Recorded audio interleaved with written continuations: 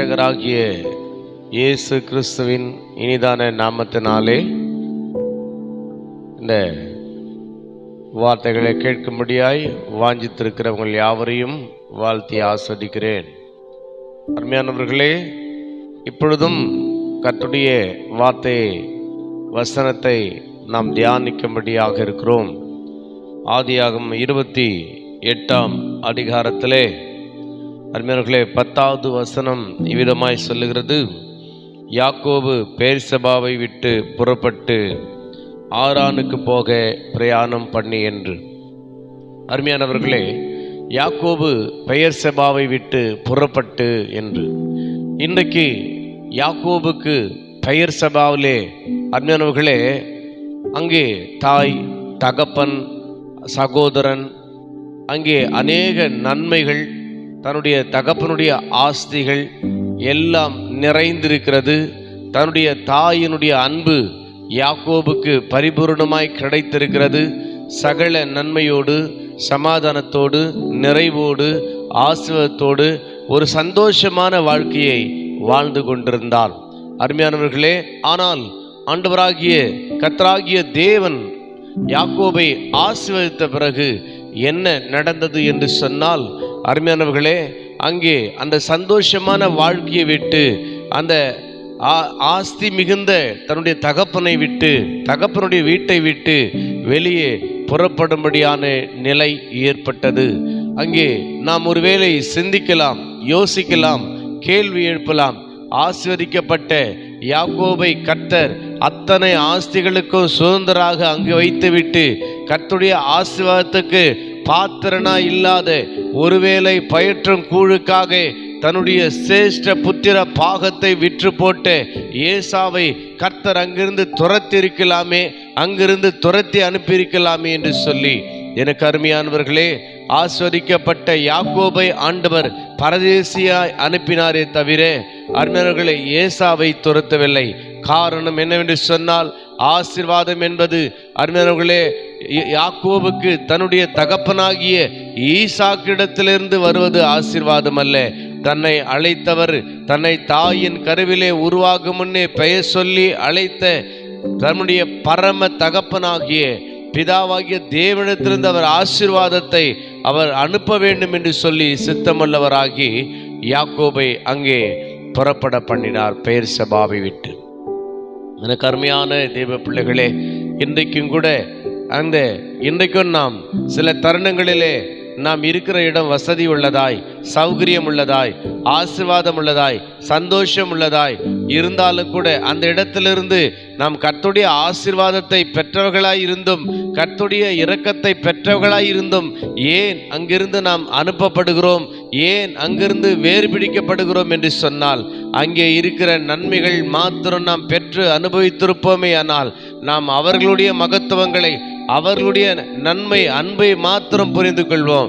ஆனால் அங்கிருந்து அனுப்பப்பட்டு அருமையானவர்களே நெருக்கத்திலேயும் குறைவிலையும் கர்த்தர் நம்மை எப்படி தயவாய் நடத்துகிறார் என்பதை உணர்ந்து கொள்ளும் பொழுதுதான் கர்த்தருடைய அன்பை நாம் புரிந்து கொள்ள முடியும். பிரியமானவர்களே, ஆகையினாலே இன்றைக்கும் கூட ஏன் கர்த்தர் இந்த பெயர்செபாவை விட்டு என்னை புறப்பட பண்ணினார் என்று சொல்லி அநேக தருணங்களில் நமக்குள்ளே ஒரு கேள்வி எழுப்பப்படலாம்.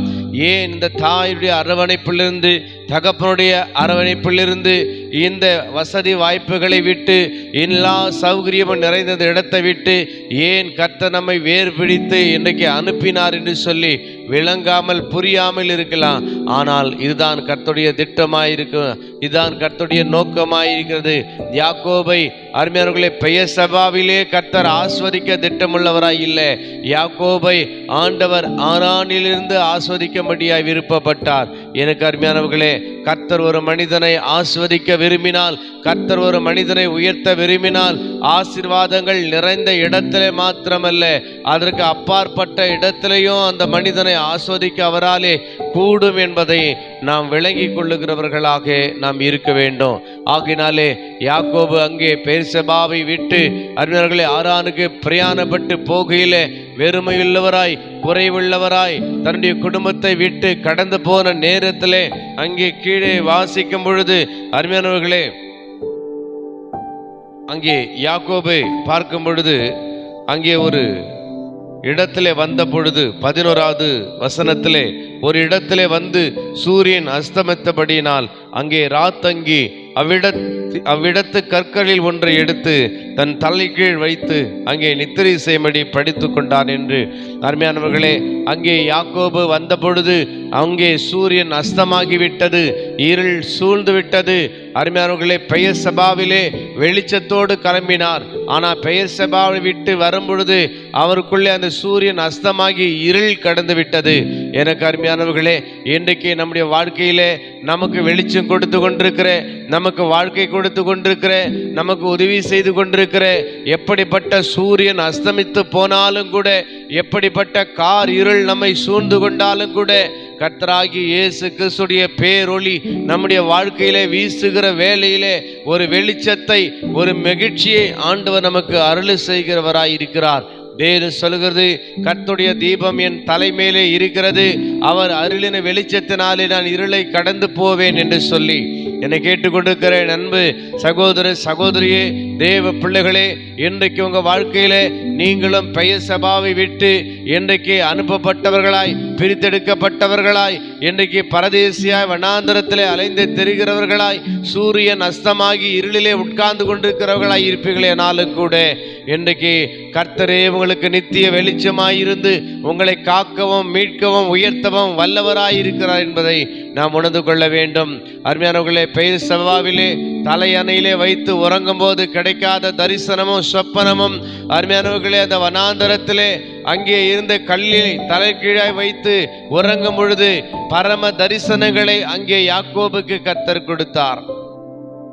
பரத்துக்குரிய காரியங்களை கர்த்தர் வெளிப்படுத்தி கொடுத்தார், தம்மை வெளிப்படுத்தினார். பிரியமானவர்களை, இன்றைக்கும் நம்முடைய வாழ்க்கையிலே எல்லா நன்மையும் சௌகரியமும் எல்லா வசதி வாய்ப்புகளும் எல்லா அரவணைப்பும் இருக்கிற இடத்துல கிடைக்காத தேவனுடைய வெளிப்பாடுகள், தேவனுடைய கிருபை, தேவனுடைய தரிசனம், அருமையானவர்களே, அவை எல்லாவற்றையும் விட்டு நாம் கடந்து வந்து தனித்தவர்களாய் கைவிடப்பட்டவர்களாய் இருக்கும் பொழுது ஆண்டவர் அதை நமக்கு அனுப்பி கொடுக்கிறவராய் இருக்கிறார். ஆகையினாலே பெர்சபா விட்டு புறப்பட்டு போன யாக்கோபை கர்த்தர் ஆசீர்வாதத்தோடு இரட்டிப்பான நன்மையோடு திரும்பி வர பண்ணினார். இன்றைக்கும் கர்த்தருடைய சமூகத்தில் இந்த வார்த்தையை கேட்டுக்கொண்டிருக்கிற நீங்கள், எந்த பெர்சபாவை விட்டு நீங்கள் இன்றைக்கு வெறுமையாய் நீங்கள் கடந்து போய் கொண்டிருக்கிறீர்களோ, கர்த்தருடைய நாமத்தினாலே சொல்லுகிறேன், கர்த்தர் உங்களை ஆசீர்வதித்து திரும்பவும் நிறைவான மகிழ்ச்சியோடு ஆசீர்வாதத்தோடு உங்களை அனுப்ப அவர் வல்லவராயிருக்கிறார். கர்த்தராகிய இயேசு கிறிஸ்துவை விசுவாசியுங்கள், அப்போது நீங்கள் உங்கள் வீட்டார் ரட்சிக்கப்படுவீர்கள். கர்த்தர் உங்களை ஆசீர்வதிப்பாராக. Praise the Lord.